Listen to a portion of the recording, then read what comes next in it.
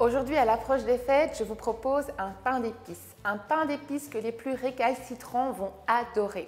Cette recette, vous pouvez aussi bien la faire en sucré qu'en salé, par exemple avec une petite tranche de foie gras. Mais tu y mets quoi comme épices dans ton pain d'épices, Mélanie? Alors le pain d'épices, on va mettre des épices à pain d'épices et donc ça consiste en quoi? Dedans on a de la cardamome, de la noix de muscade, du gingembre, de la cannelle, des étoiles de badiane. Je pense que c'est à peu près tout.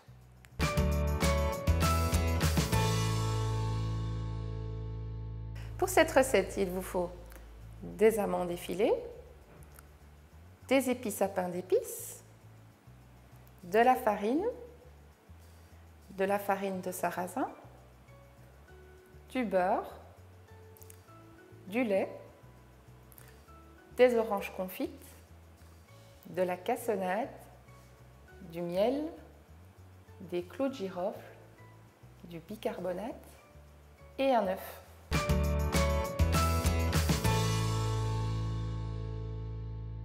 Première étape de cette recette, on va mettre le lait dans une casserole, on va le faire chauffer et on va rajouter nos clous de girofle. Et pourquoi ajoutes-tu les clous de girofle dans le lait? Alors c'est pour laisser infuser le lait, donc on veut avoir un lait qui sera légèrement aromatisé aux clous de girofle. Donc on les met un petit peu, on va filmer, une fois que le lait est bien chaud, on le filme hors du feu et on va laisser infuser pendant 10 minutes. Voilà, le lait est bien chaud, je le retire du feu. Et je vais venir filmer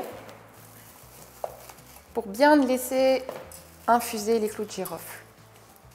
Pendant ce temps, je vais mettre toutes mes poudres dans le robot, donc c'est-à-dire la farine de sarrasin, les épices à pain d'épices et le bicarbonate.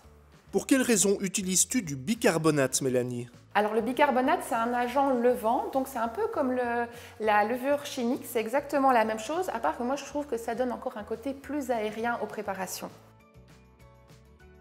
On va venir faire fondre le beurre avec la cassonade et le miel. Donc je mets mon miel avec ma cassonade et pour terminer, je vais rajouter le beurre.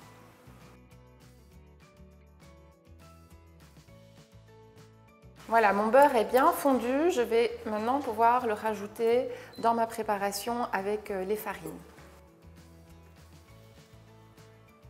Je mélange. Pendant ce temps-là, je vais couper mes petits zestes d'orange en petits morceaux. Voilà. Une fois que la préparation est bien homogène, on va pouvoir rajouter le lait infusé. Alors, n'oubliez pas surtout d'enlever les clous de girofle parce que c'est pas très bon dans le gâteau.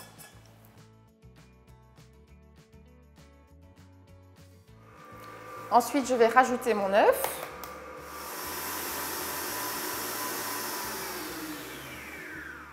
Une fois que votre pâte est bien homogène, vous pouvez à ce moment-là rajouter les zestes d'orange et les amandes effilées.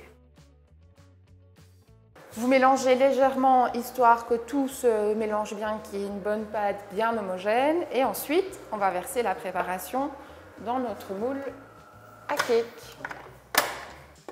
As-tu un conseil pour que la pâte ne colle pas au moule?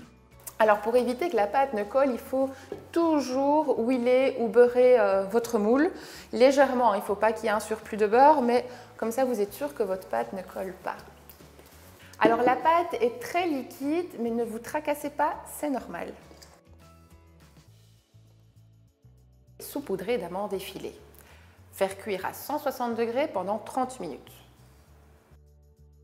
Merci Mélanie Méné, blogueuse du site Maman fait un gâteau et finaliste de la saison 5 du meilleur pâtissier.